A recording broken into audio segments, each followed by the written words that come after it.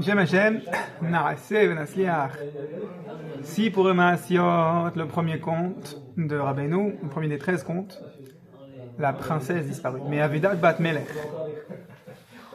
On est encore en train de se charger des concepts qui vont nous permettre de passer de la première à la deuxième partie du conte, où le Sheni Lamelech, le second du roi, il arrête de se battre contre le mal dans la première partie du conte, et il commence à plus se battre, à construire le bien qui est en lui, à le construire, à le révéler. La première et la deuxième partie du conte. Rav Ferrez, il met un accent très important. En gros, arrivé à cette partie, à ce moment charnière, il dit maintenant je vais vous expliquer la Torah Resh Pebet. Parce que c'est quoi construire, révéler le bien qui est en soi? Tout simplement. Rabbeinu, il a expliqué, c'est la Torah Resh Pebet. Rabbeinu a insisté que la Torah Resh Pebet, Azamra, c'est comme ça qu'un juif, il avance, il marche. De la même manière que comment est-ce que tu fais pour marcher? Tu mets un pied devant l'autre. Resh Pebet, c'est pas celle où on a dit que c'est Azamra, mais c'est pas Bassar Bachalav. Non, c'est pas Bassar Bachalav. Ça c'est autre chose. Ça vient de Emouna et de. Je trouve qu'elles se ressemblent beaucoup ces deux Torot. Enfin. On en parlera. Mais on a beaucoup de choses à parler. Hein. Non, mais ça se recoupe pas totalement. Non, c'est des sujets qui sont très complémentaires. Donc, Rav Ofer Erez, il veut que tu poses bien cette notion. Qu'est-ce que c'est la Torah Resh Pebet? Il te l'amène, comme on dit en anglais, he brings it home. C'est une expression du baseball. Quand tu fais un home run, tu tapes la balle avec la batte et tu arrives à faire un tour de terrain, tu arrives à courir jusqu'à ta propre base. Alors c'est pareil, on peut étudier la Torah Resh Pebet pendant longtemps,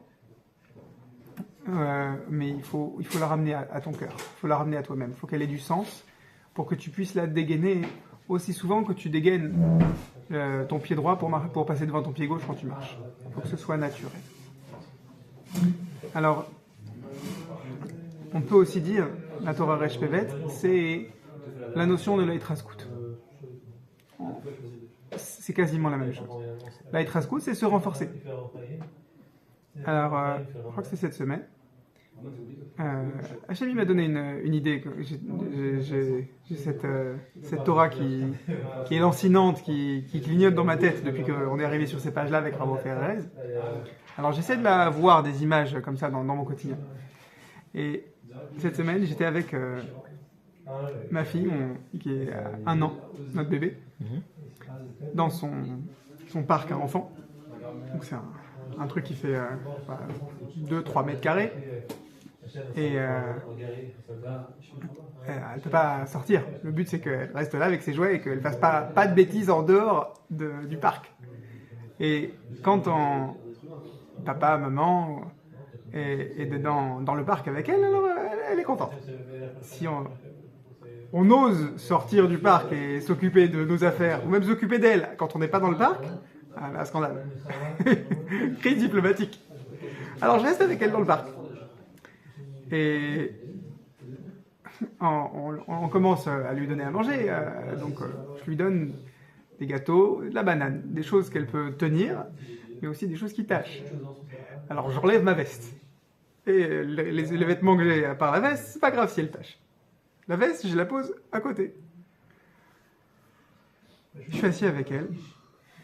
Et maintenant que j'ai enlevé la veste, qu'est-ce qu'elle veut? La veste. Alors elle a les mains pleines de chocolat et de bananes. Et elle commence. Elle marche et elle grimpe très bien. Au Khajem. Non. Elle escalade les genoux de papa pour atteindre la veste. Alors, moi je la laisse faire. Arrivé 1 seconde avant de toucher la veste, ma fille, je t'attrape, je te pose de l'autre côté du parc. Ok papa, je recommence. Et c'est pas parce que je la replace de l'autre côté du parc 10, 20 fois ou plus, c'est pas pour ça qu'elle arrête. C'est pas pour ça qu'elle crie au scandale. Non. Papa, il est avec moi. Il m'a posé de l'autre côté du parc, alors que pour moi, l'objectif, il est évident, c'est de toucher la veste. Papa, il m'empêche de le faire. Mais je continue. Pour elle, c'est rigolo, c'est sympa. Je suis avec papa, tout va bien. Ce n'est pas un échec. Quand tu cherches ta Nekuda Tova, tu cherches le bien qui est en toi, Hachem va pas te mettre des bâtons dans les roues. Il va te prendre au moment où tu es sur le point de toucher, tu es comme ça, tu es en train de faire des doutes, tu es en train d'étudier, tu es en train de parler à ton travers, et tu es en train de comprendre, d'attraper, de saisir la notion qui est il y a du bien en toi, et comme ça en un instant, tu as l'impression que Hachem il te rembobine le film et que ça t'échappe. Et tu recommences. Sache que si tu continues à chercher, si tu te relèves comme un enfant de 1 an qui sait à peine marcher et qui recommence à escalader les genoux de son papa pour aller attraper le truc qui est dans son objectif, tu te renforces. C'est ça la Hitraskut, le renforcement, l'application de la Torah Azamra. Et que tu atteignes ou pas ton objectif, Et si la c'est petite, pas et ça si le la but. petite elle avait un date suffisamment important pour se dire j'ai essayé, j'ai pas réussi, c'est-à-dire que c'est pas pour moi, j'arrête. C'est un date pas soul. Pourquoi? Pourquoi c'est pas soul? Parce que ça, ce serait Je veux. en défaut. Je veux. Oui, je mais veux ça le ne bon doit Dieu, pas il veut pas. annuler. Ça ne doit pas annuler le fait évident. Je suis avec papa. Je me bats. C'est tout ce qui compte. Pourquoi Un enfant, tu as déjà vu un enfant? Pourquoi un renoncement au bout d'une tentative, c'est pas se dire simplement. T'as déjà vu un enfant qui renonce? C'est pas de se non. c'est T'as pas- déjà vu un enfant qui non, renonce? Oui, d'accord, mais pourquoi c'est pas. On dirait pas que c'est une manière d'avoir. Une maturité. Non, une émouna pshuta. J'ai demandé, il m'a dit non. Si c'était pour moi, il m'aurait dit oui. Zéou. Pourquoi on dirait pas Parce comme que ça? je l'empêche pas d'y aller. Je l'empêche pas de continuer. Je lui ai pas dit non. Elle comprend. Si tu as dit. Ah non, je lui ai pas dit non. Je l'ai juste laissé grimper. Et je l'ai enlevé et je l'ai mise de l'autre côté du parc. Tu m'as dit non. Non, je lui ai pas dit non. Je ne lui ai pas dit. Si jamais elle fait quelque chose que je ne veux pas qu'elle fasse, je vais lui dire non. D'accord. Si elle se met en danger avec un jouet dans la bouche, je vais lui dire non. Mais là, non, tu l'as. Là, je l'ai pas dit non. Au contraire, elle a compris le langage implicite de je te laisse faire, ma fille. Vas-y. C'est tout à fait, elle a compris le message. Et Hachem, il te donne ce même message. Il t'a donné, avec Rabbeinu dans la Torah Zamra, et Rabbeinu, c'est pas le premier qui a mis il y en a d'autres avant lui qui ont mis des couches de peinture, et qui ont mis de l'enduit, qui ont construit le mur, Birlal, pour que tu puisses, toi, capter le message qu'il faut se remonter les manches, et grimper sur les genoux de papa, et chercher le bien qui est en toi.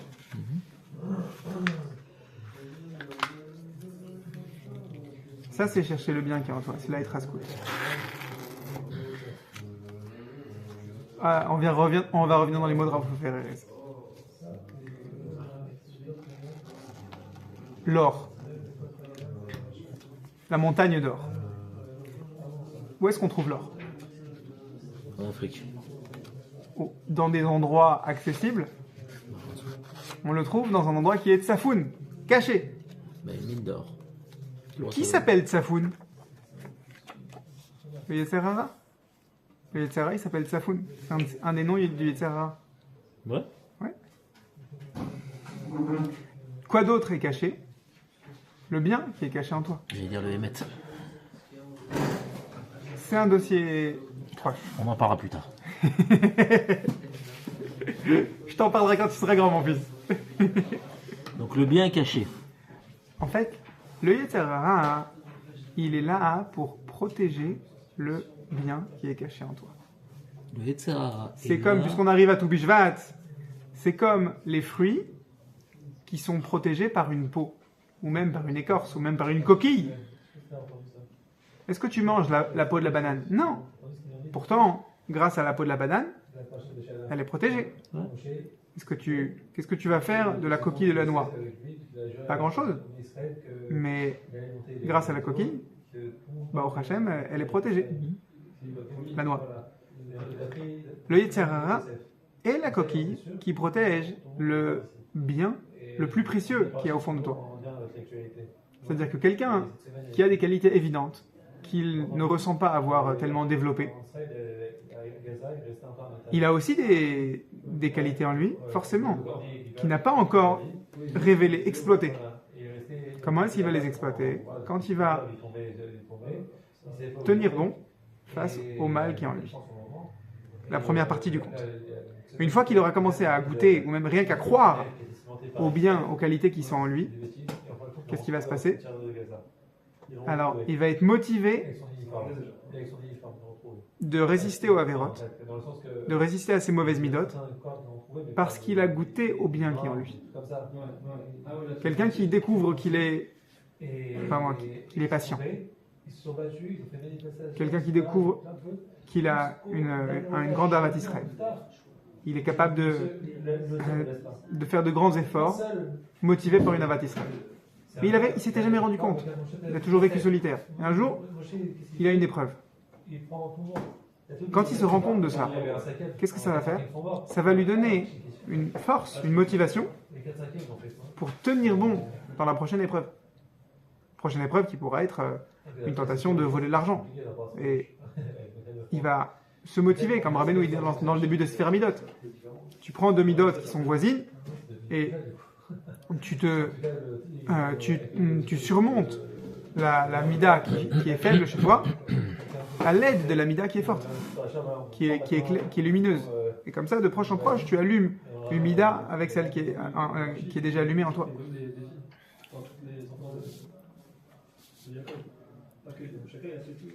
L'or, le Zahav, la montagne d'or dans le conte de la princesse, c'est aussi difficile à extraire. Ouais. Tu peux pas juste mettre ta main dans une mine d'or et en sortir une pépite d'or. Il faut une pioche. Des fois, l'or est mélangé avec un autre minerai. Il faut le fondre et faire ressortir, enlever les saletés, etc. C'est pareil dans le travail de chercher le bien qui est en toi. Rabbeinu le dit explicitement dans la Torah 282. Il faut chercher le bien, et quand tu le trouves, sache que tu vas trouver des saletés avec. C'est le Yetzirah qui a placé ces saletés-là pour que tu te battes à faire ressortir le bien qui est en toi. Le mal, c'est-à-dire on va dire l'intérêt secondaire.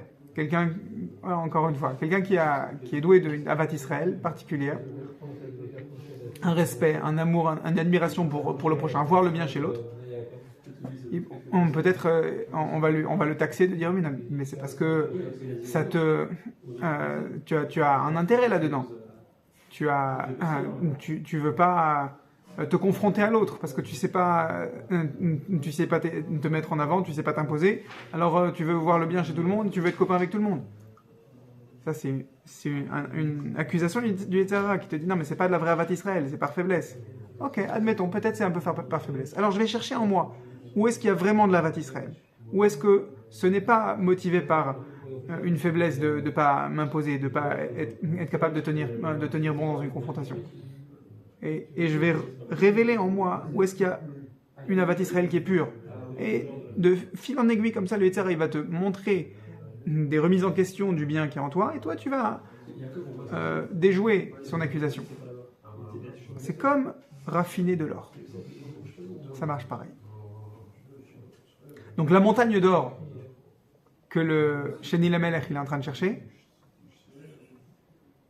il faut se lever de bonne heure pour la trouver. C'est pas qu'il la trouve. L'or, ça tombe pas du ciel. C'est que c'est lui qui la trouve au fond de lui. Il a pris sa pelle et sa pioche. Il creuse. Et il a pris sa fournaise. Et il fait remonter l'or pur. Et il enlève les saletés. C'est son travail à lui de construire cette montagne. Comment on fait? Ravo Ferez, il a montré un exemple auquel on va arriver dans quelques instants. Le rôle d'un Ben Adam, et en particulier d'un juif, et encore une fois, on va prendre le risque d'être politiquement incorrect, en particulier d'un Breslaver.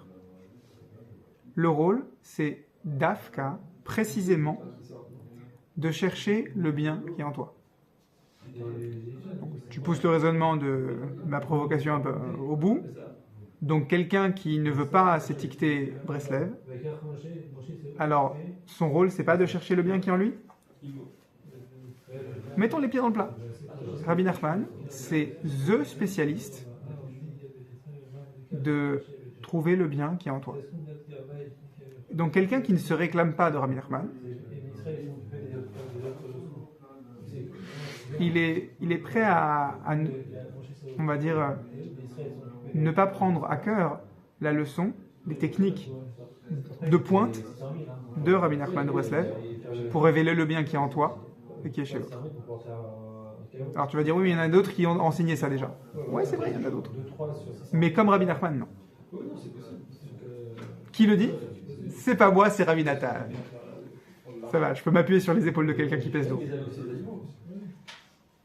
Rabbi Nathan, il a une béquillout, il a une connaissance large de la chassidoute, parce qu'il a été au contact de plusieurs maîtres de la chassidoute, aux sources même, et il atteste.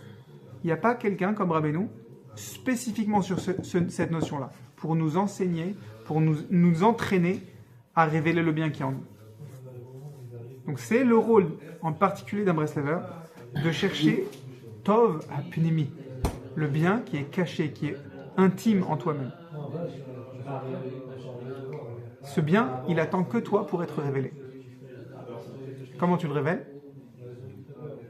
En résistant à ton Yetzer Hara d'abord, parce que c'est-à-dire que ton Yetzer Hara, il est là pour le protéger. C'est comme du cellophane autour d'un aliment. Ça le protège. Heureusement qu'il est là. Et on arrive à un point, un chidouche un peu provocateur. C'est comme ça que Rav Oferez l'a tourné. Il a dit Kav Zchut ala Kadosh Baruch Hu. Littéralement, juger Hachem positivement. Quoi, Hachem, il a besoin que je le juge positivement? Non, c'est l'inverse. C'est que quand moi je vais faire l'effort de juger Hachem positivement, alors je vais me raffiner. Alors je vais comme ouvrir le cellophane de mon Yetzer Hara, qui est mon Yetzer Hara, et je vais pouvoir déguster l'aliment qui est en moi-même, pour rester dans le registre de Toubishvat. Je vais casser la noix, et la coquille de la noix, et je vais pouvoir déguster la noix qui est à l'intérieur. Sauf que le bien qui est en toi, il est bien plus savoureux qu'un fruit. Et tu vas me dire, oui, mais le Yetzer Hara, il est bien plus piquant, et brûlant, et dangereux que la coquille d'une noix, ou même que la peau d'une figue de Barbarie avec toutes ces épines.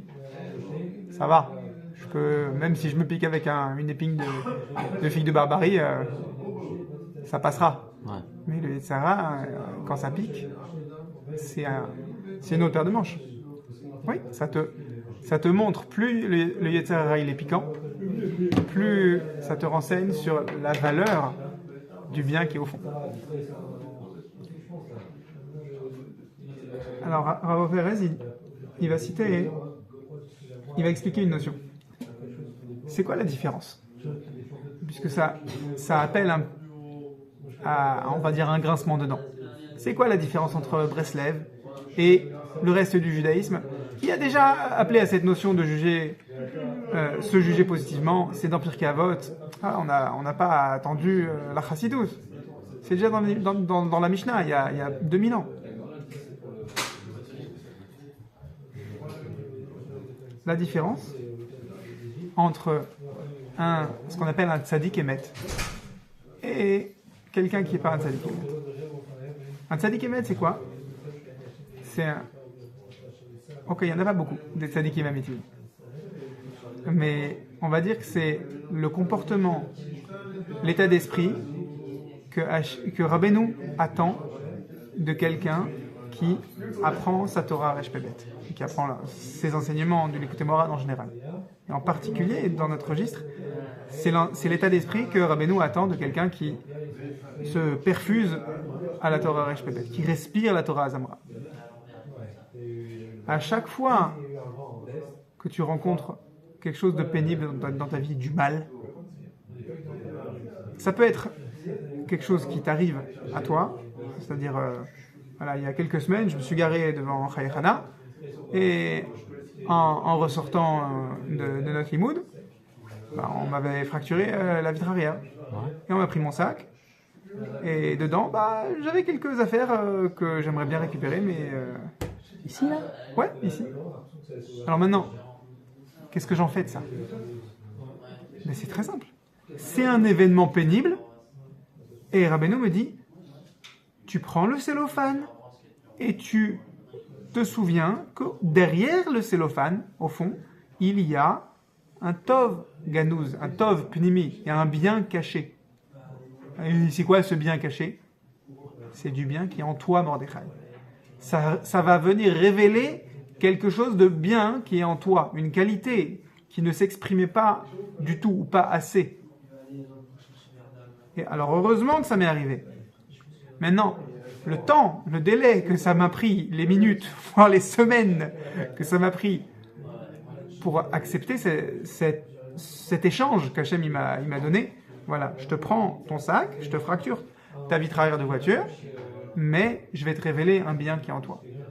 Enfin, tu vas pouvoir te remonter les manches et grâce à cet événement, tu vas pouvoir révéler du bien qui est en toi. Plus ce delta il est court, plus tu es un tzaddik émet. Tu vas me dire, c'est pas un monopole de Breslev de dire ça. C'est vrai. Rav Ben Chetrit, il le dit combien de fois dans ses cours? Mais celui qui a développé cette notion en premier, c'est Rabbeinu. Celui qui explique cette notion dans des termes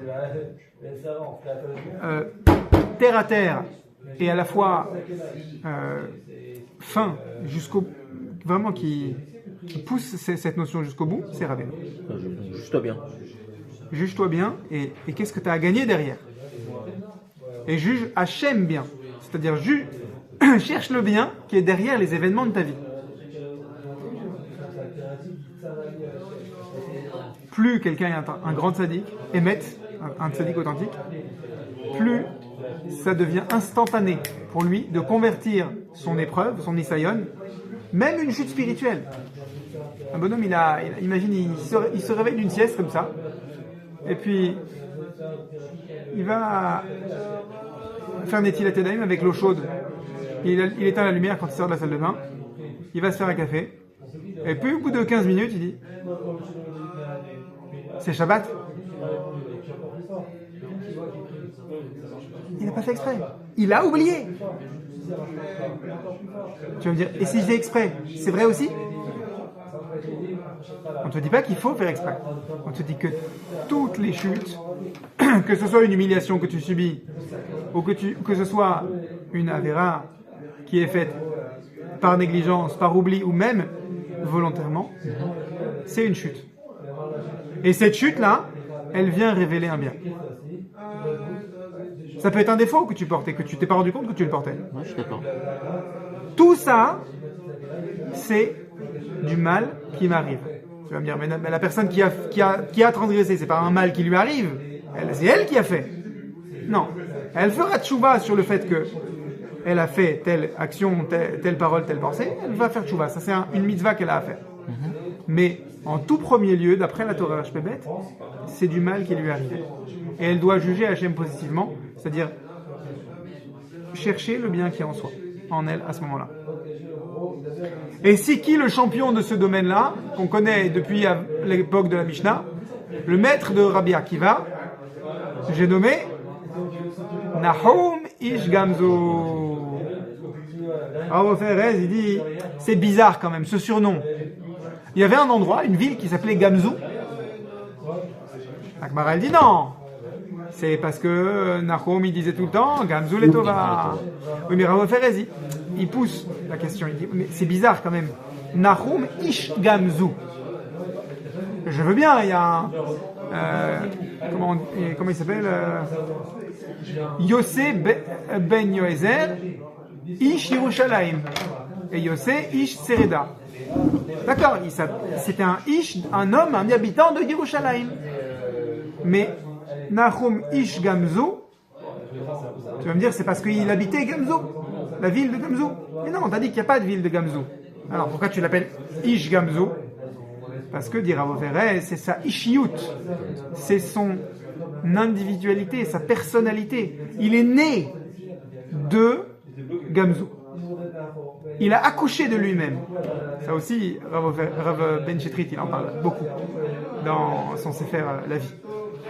Et dans le cahier d'exercice qu'il faut absolument avoir, faisant un peu de publicité, une fois et coutume, pour le Sefer de Rav Ben Chetrit, parce que tu peux pas lire le Sefer La Vie et ne pas lire le cahier d'exercice et écrire en cahier d'exercice. C'est pas la peine. Il faut aller au bout. Tu peux pas enfourcher des skis. T'aimes trop les devoirs, toi. Et ouais, je suis un peu scolaire, c'est vrai. Oh là là. J'aime bien Là, à gratter. la maison, J'aime bien gratter. putain, t'aimes trop les devoirs. Tu peux pas enfourcher des skis, monsieur, et ne pas goûter la poudreuse. Il faut manger la poudreuse. Faut y aller. Tu peux pas enfourcher des skis et ne pas te perdre dans une station de ski. Non, il faut goûter à tout. Il faut goûter à la vitesse et il faut goûter aux galères. Ok. Donc Nahum Ish Gamzu, il a atteint cette ishiyut, c'est-à-dire sa personnalité, son humanité. Comment il a révélé son calibre d'être humain en disant Gamzu letova, même cette situation qui me tombe dessus, qui est pénible au possible, voire dangereuse, elle est pour le bien aussi. Et c'est en faisant ça, en jugeant la situation, c'est-à-dire en jugeant Akadosh Baruch Hu, qui m'a mis là, positivement, que tu vas, quoi ? Tu vas accoucher du tzaddik qui est en toi. Que tu vas accoucher, tu vas révéler, tu vas ouvrir le fruit du tov qui est ganouz, qui est caché en toi. Si je prends mon cas de figure, moi, tout le... Alors, on va pas donner de nom, on va pas donner de détails personnels. Il y a un juif qui avait conscience que c'est important de faire l'aléa. De la même manière que c'est important de faire Shabbat, Pessah, Shavuot, les fêtes, mettre les tefilines. Mais bon, tant que tu es en France, tu sais qu'un jour tu feras l'aléa. Les tefilines, c'est pas tu sais qu'un jour tu auras des tefilines, tu vas avoir des tefilines. Attends pour lever du soleil. Et donc ce juif, il avait ce projet. C'est honnêtement, un jour je ferai l'aléa. Mais c'était comme dans un coin de sa vie. Et un jour, il a été piqué par un événement qu'il a saisi au plus profond de ses tripes, comme jamais il avait été saisi, comme jamais il avait été touché. Ça peut être une vexation, ça peut être une frustration, ça peut être une tromperie, ça peut être une maladie physique. Mais en tout cas, c'est quelque chose de vachement pénible. Ok ? Et une fois que cet événement l'a touché dans sa vie, ça a fait apparaître, comme si ça n'avait jamais été là, ou plutôt comme si ça avait toujours été là, mais que tu t'en étais pas rendu compte. Ça fait apparaître un ratson, une volonté puissante de concrétiser l'aléa. Maintenant, cette peine d'un bonhomme qui s'est cassé une jambe au ski, ou de quelqu'un qui s'est fait voler de l'argent, ou de quelqu'un qui s'est fait frustrer par quelle que soit la frustration, elle est là encore, cette peine, de cœur ou physique, ou dans le porte-monnaie. Mais elle a révélé le bien, la volonté positive. Et le combien tu es tzaddik, parce que chaque juif il est tzaddik, c'est combien tu vas être capable, tu vas faire l'effort d'écouter, de porter attention au bien qui est en toi et arrêter de te morfondre sur le prix que ça a coûté, quoi. Parce que ton ratson, c'est le liquide précieux qui est au fond du thermos. C'est le diamant qui est dans l'écrin. Non, on s'en fiche de l'écrin, on peut le mettre à la poubelle. Mais on ne peut pas accéder au diamant tant qu'on n'a pas ouvert l'écrin. Et des fois, pour ouvrir un écrin, bah, il faut le casser. Et des fois, pour casser l'écrin que tu as cassé, il faut traverser une douleur qui est tellement pénible que ça met des années à passer. Mais ça vaut le coup. Et c'est ça le ridouche, c'est que tu te rends même pas compte de combien ça vaut le coup. Parce que tu te rends, parce qu'on a tous la tête dans le guidon plus ou moins. Donc on est obnubilé par notre peine, parce qu'on est être humain. Et comme on n'est pas encore en malach, on est encore dans l'amazé, on se rend pas compte de la valeur incommensurable du bien auquel Hachem nous a permis d'accéder grâce à cette fracture que Hachem nous a provoquée. Donc il y a Yeratson chez Niske qu'on mérite que quelle que soit la peine qu'on va endurer, comme ma fille qui voulait attraper ma veste, je comprends pas pourquoi, mais c'était clairement son objectif. Et bon, ok, j'ai pas attrapé la veste, mais je vais recommencer. Alors toi, tu avais un objectif, et Hachem t'a coupé l'herbe sous le pied, ça t'a affecté pendant quoi, 2-3 ans, de manière intense. Toujours. C'est pas totalement fini, mais c'est clair, tu viens de le dire, c'était le prix à payer. C'était le prix. Tu peux pas faire autrement. Tu pouvais pas marchander. C'était le prix à payer pour révéler le bien qui est en toi. Alors, on touchera sur ce sujet-là, Bezrat Hashem, dans les quelques 100 pages qui nous restent dans le Sefer. Il y a un plan B, ou même un plan A. C'est de faire Idoué des doutes, de faire Cheshbon Nefesh, en particulier dans le livre d'Idwout, d'appliquer la Torah 52, où tu vas bombarder sur un sujet tous les jours, pendant des mois et des mois, jusqu'à ce que tu aies fait mûrir ton sujet. Tu vas faire Sichat Traverim, tu vas parler à ton Rav, tu vas étudier le sujet, afin que ce sujet, il puisse éclore. Pourquoi dans ces cas-là, sans passer par des souffrances. Mais si tu n'es pas capable de viser honnêtement ton sujet, de entendre honnêtement ce que ton Chaveri te dit, de entendre honnêtement ce que ton Rav te dit, de entendre honnêtement ce que la Torah t'enseigne, et que tu ne vises pas de manière exacte l'objectif qu'on te donne, alors il faudra passer par des souffrances. Donc il y a Ratson qu'on sache qu'il y a un plan A et un plan B, mais de toute façon, chaque personne, elle va exprimer le bien qui est en elle. Il n'y a pas de bien qui soit perdu. Parce qu'à la fin, il a trouvé la princesse. D'accord, mais est-ce que dans ces cas-là,